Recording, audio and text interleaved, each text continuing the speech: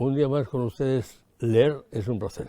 El programa que producimos aquí en la Biblioteca NOS de la ciudad de Las Burgas, que emitimos por nuestra señal, que también se puede ver a través del canal 133 de la televisión, y que trata de eso, de que aprendamos a reflejar la idea de que leer es un placer, de que leer forma, de que leer divierte, que leer es necesario. Hoy voy a hacer un programa especial, raro, no distinto. Voy a, por un lado, hablar del Orense clásico con Fernando Román, y voy a recordar un poco la situación que se está viviendo en Rusia, que es dramática, y que ya la hablamos en su momento con un prestigioso invitado, un sacerdote, Carlos Míguez, que también va a estar hoy con nosotros.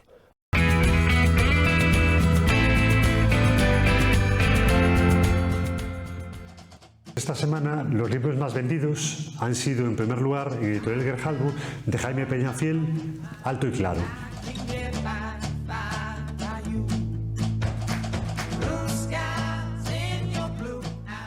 En segundo lugar, en Editorial Erasa, de Francisco Narla, Barbaneda.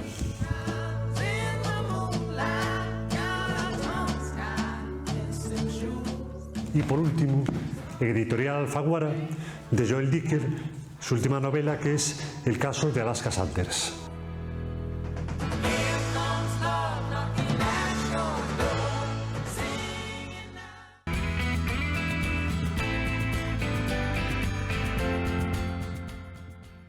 Bueno, en este programa pues vamos a mezclar dos entrevistas distintas. Una de ellas es la que van a ver ustedes a continuación. Está aquí nuestro invitado, es una persona sobradamente conocida en Orense, sobradamente conocida en el programa, y es un experto total en lo que es la generación NOS y toda la vida culta de Orense. Es Fernando Román. Gracias por venir al programa. Gracias a ti por acordarte. No te olvido nunca, ya sabes que soy amigo tuyo de verdad desde hace mucho tiempo, desde antes de los percances, y ahora con los percances mantengo la amistad con más cariño y más afecto. Bueno, de que vas a hablar? Mira, vou falar dun personaxe que a principios do século XX era moi coñecido en Orense, Benito Fernández Alonso. Naceu en Santa María Real de Entiemo en marzo de 1848 e morreu aquí en Ourense, en Auria Bella, en maio de 1922, es decir, cumpriuse o centenario da súa morte. Os seus funerais fixéronse na igrexa de San Domingos e estaban presididos por Marcelo Macías. Durante 4 anos estudou no seminario provincial, pero deixouno porque non tiña vocación. Exerceu como mestre en Sampaio, pero sobre todo tiña un comercio moi coñecido na Praza Maior número 8, que fai esquina que era na Casa de Brasa, que era unha panería. Pero tamén, ademais disto, resultou ser un grande historiador, un grande hombre movido pola cultura, incluso na política. Ramón Otero Pedrallo calificou a panería de Benito como a tenda de xéneros serios de don Benito e tamén a tenda de panos graves e finos. Durante anos, Marcelo Macías e Benito crearon ali un faladoiro moi importante con membros da Comisión de Monumentos, con moitos estudosos orensáns, galegos, incluso vidos do estranxeiro. Un feito histórico que se produxo importantísimo foi a despedida de Manuel Curros Enrique de Ourense en 1904, pouco antes ou pouco despois de haber recibido a corona laureada na Coruña, cando se iba a ir a Cuba. Entón, a comitiva que de achegamento ao panería saliu da Praza do Ferro, da farmacia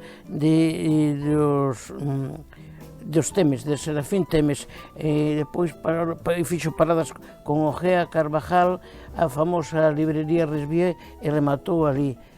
Hai un feito moi triste en esta despedida, porque lle dixo tanto Marcelo Macías como a Benito: pobre amigo meu, cantas lembranzas tiña, que tristura.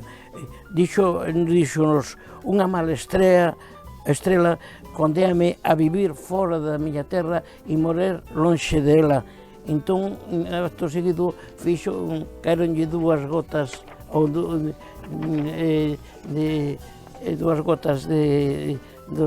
das fazulas, nas fazulas. El tuvo moitos postos. Por exemplo, estuvo na Asociación Regionalista Galega, membro da Comisión de Monumentos, e contribuiu á creación do Museo Arqueolóxico de Ourense, onde foi nombrado conservador. Foi con Marcelo Macías un dos socios numerarios e fundador da Real Academia Galega. Presidente da Asociación de Prensa Ourense, do Orfeón, da Escola de Artes e Oficios, e ademais políticamente foi concelleiro de Ourense en ano 1901 e 1904, e depois incluso deputado provincial por Viana o Barco. Publicou importantísimos, casi 100 de artigos no Boletín da Comisión de Monumentos, e despois os libros Río Limia e sus contornos, Armas de Ourense, Guerra Hispano-Lusitana, que tuvo un premio literario na Coruña en 1890, e publicado no ano 93 en Ourense. Un moi interesante que é o Pontificado Galego, Crónica dos Bispos de Ourense, os xudíos tamén na cidade, Ourense, e ourensáns ilustres, na que plasma a personalidade dun número enorme de amigos seus e personaxes de Galicia. Recibiu un premio do certamen literario de Ourense e foi publicado pola Diputación Provincial. Considero que debía a propia Diputación, o Concello, ambos os dous, que fixeron unha promoción, e sobre todo de ourensáns ilustres, pola Diputación, para facer unha recuperación da obra, unha reedición.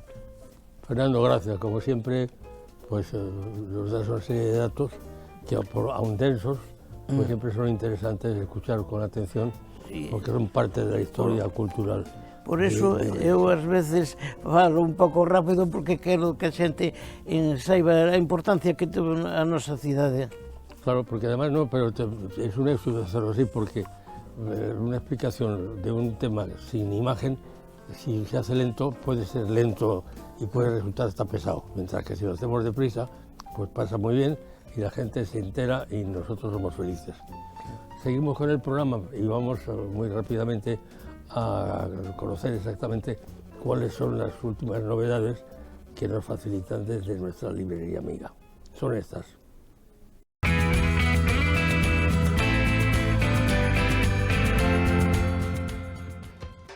Bueno, pues esta semana las novedades, los libros más vendidos de novedad han sido, en primer lugar, de José Castro, del juez Barrotes Retorcidos, Memorias de un juez, editorial Plural. Retorcido por ser un referente en la investigación. Contra la corrupción política, el juez José Castro, una vez jubilado, rinde cuentas en Barrotes Retorcidos de su recorrido profesional. En segundo lugar, en editorial Galaxia, de Cristina Pato, no día do seu enterro. A raíz da inesperada morte do seu pai, as irmán Raposo comenzan unha viaxe vital para que as leva a descubrir as múltiples realidades da cidade de Ourense, en que se movía o seu pai. Y por último, en editorial Planeta, de Manuel Loureiro, La ladrona de huesos. Tras ser víctima de un salvaje atentado, Laura pierde completamente la memoria. Solo el cariño de Carlos, el hombre del que se ha enamorado, le ayuda a percibir destellos de su misterioso pasado. Y estas son las novedades de esta semana. Bueno, lo prometido es deuda. Y esto fue lo que explicó en su momento el sacerdote Carlos Míguez, que era muy interesante y que yo creo que merece la pena recordarlo.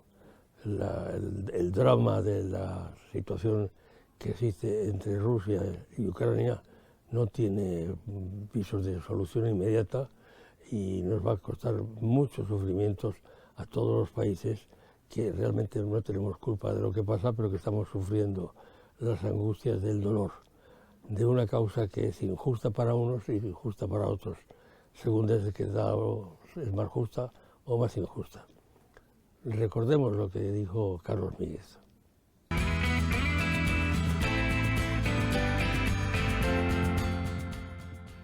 Un sacerdote joven, un sacerdote moderno, un sacerdote con el que da gusto hablar. No sé si confesarse, porque yo eso lo alejé de mí hace bastante tiempo, pero lo respeto profundamente. Es don Carlos Míguez. Don Carlos, bienvenido, gracias. Y me encocora de alegría el tema que vamos a hablar, porque es un tema precioso, porque la gente habla y opina sin saber.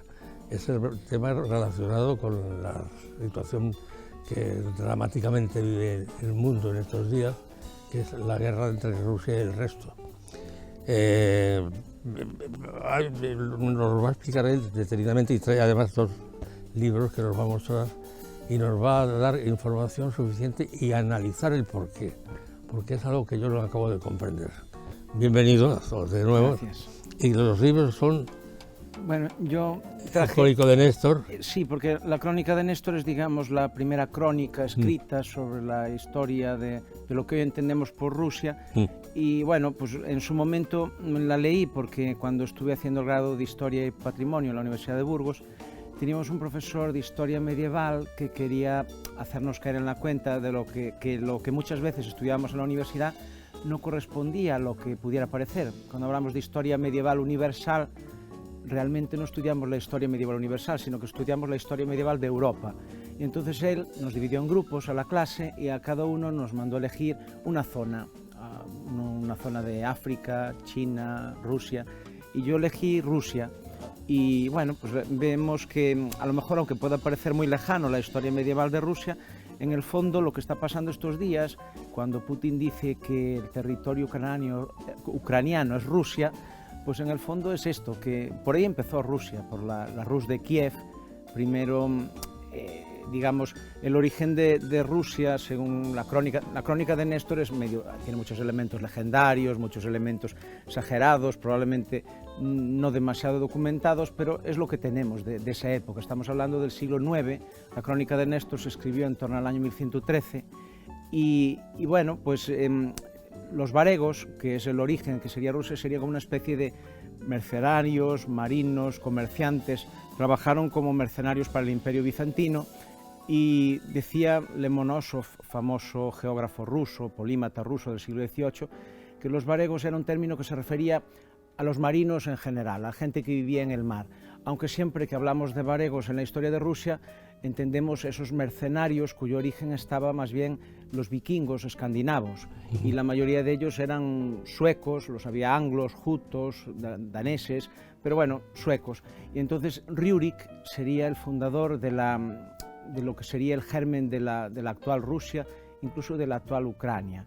Rjurik era una especie de varego que se estableció en torno a Novgorod, en la zona norte de lo que es la actual Rusia europea, y desde ahí pretendieron ejercer una suerte de jefatura sobre las tribus eslavas que había en la zona, y al principio no lo consiguieron, pero después, ante la división que había en la zona, esas propias tribus le pidieron que viniese a gobernarlos, y entonces estaban él y sus hermanos, y después, cuando él murió, un cuñado de él, Oleg, parece ser que es cuñado, porque tampoco hay certezas, hay historiadores que lo discuten, pues él trasladó la capital de Novgorod a la zona sur, Kiev, que fue, digamos, después el gran principado de Kiev, y entonces se fue el origen de la Rus de Kiev. Estamos hablando de en torno al siglo IX. Rjurik se estableció en Novgorod en torno al año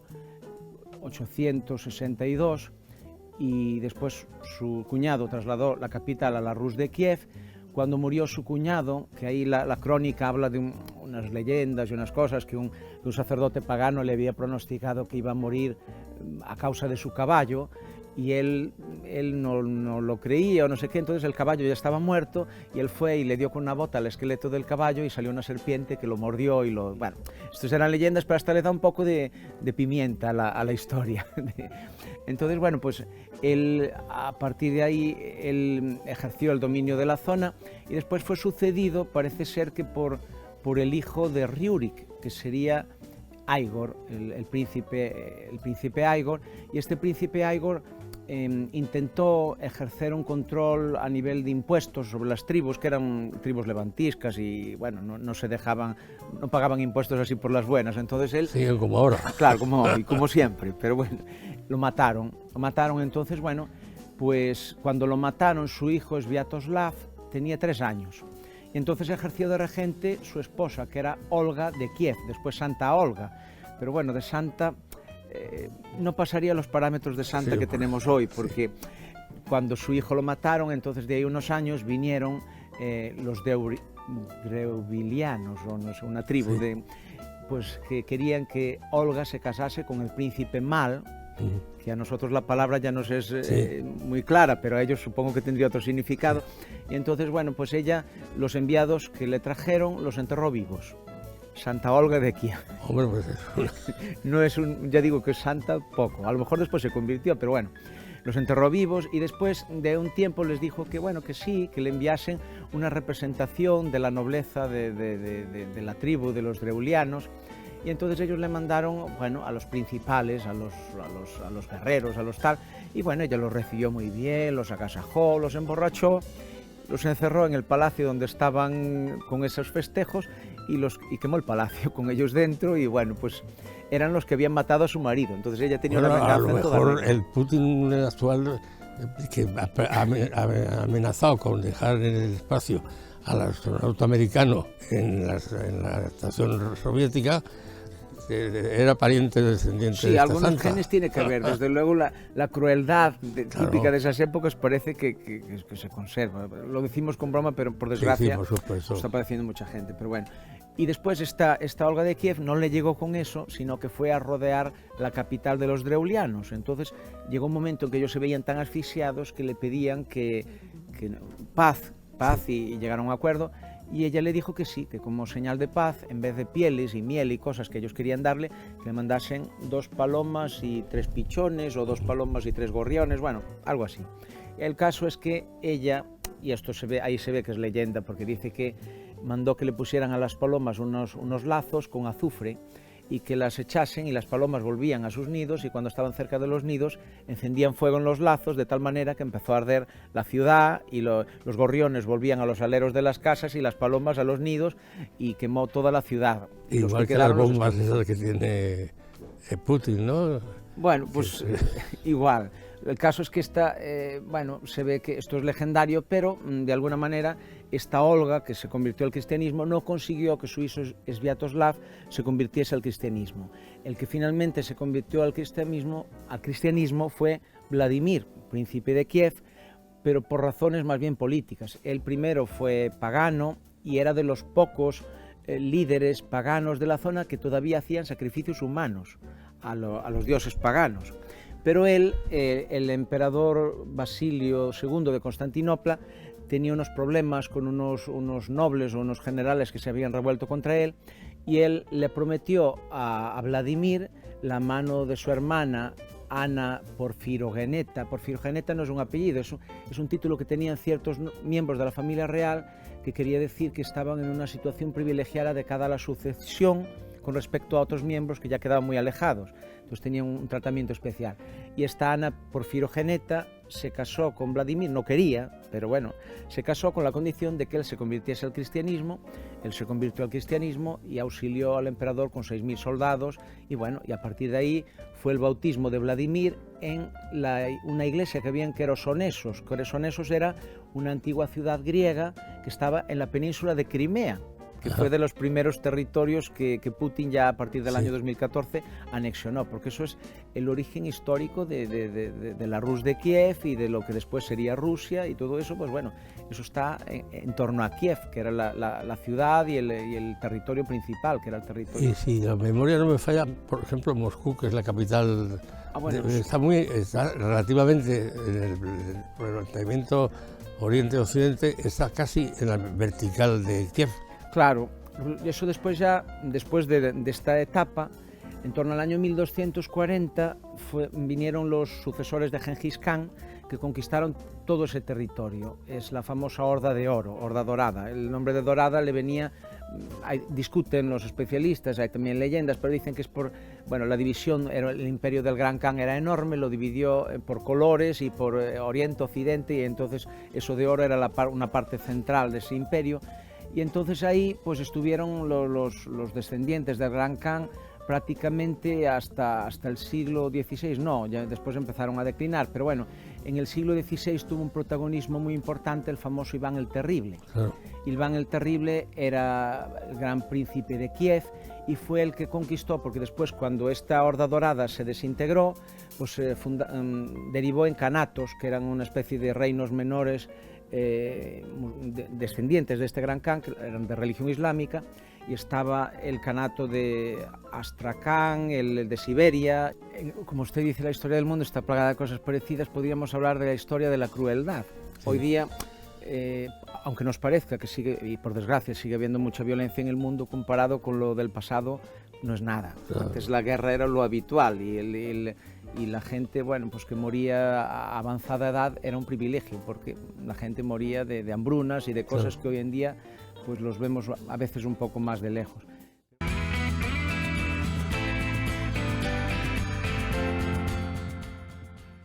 Bueno, habrán visto ustedes que siempre es interesante lo que dice este sacerdote y aunque repetido, pues abre las carnes. Con ello vamos a terminar el programa, no sin antes conectar con nuestro librería, nuestro librero profesional para que nos diga y nos recomiende un libro para adultos, un libro para jóvenes y otro para menores. Vamos allá.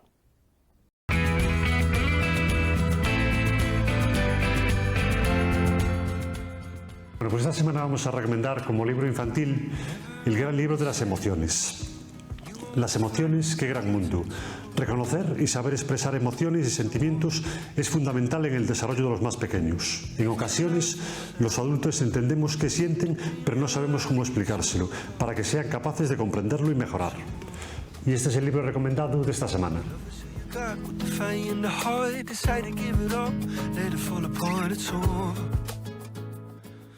Y este ha sido el programa de hoy. Gracias por la atención que nos han prestado. Leer es un placer. El programa que produce Telemiño lo realizamos normalmente aquí en la librería NOS y lo emitimos a través de nuestra señal, que es primorosa, por cierto, y también a través del canal 133 de R Televisión. Recuerden lo que les digo, leer es un placer y además forma a la propia personalidad y a la de los familiares. Repartan ustedes libros, regalen libros. Siempre es un regalo inestimable. Y con todo el cariño del mundo, les emplazo a un próximo programa. Recuerden, leer es un placer.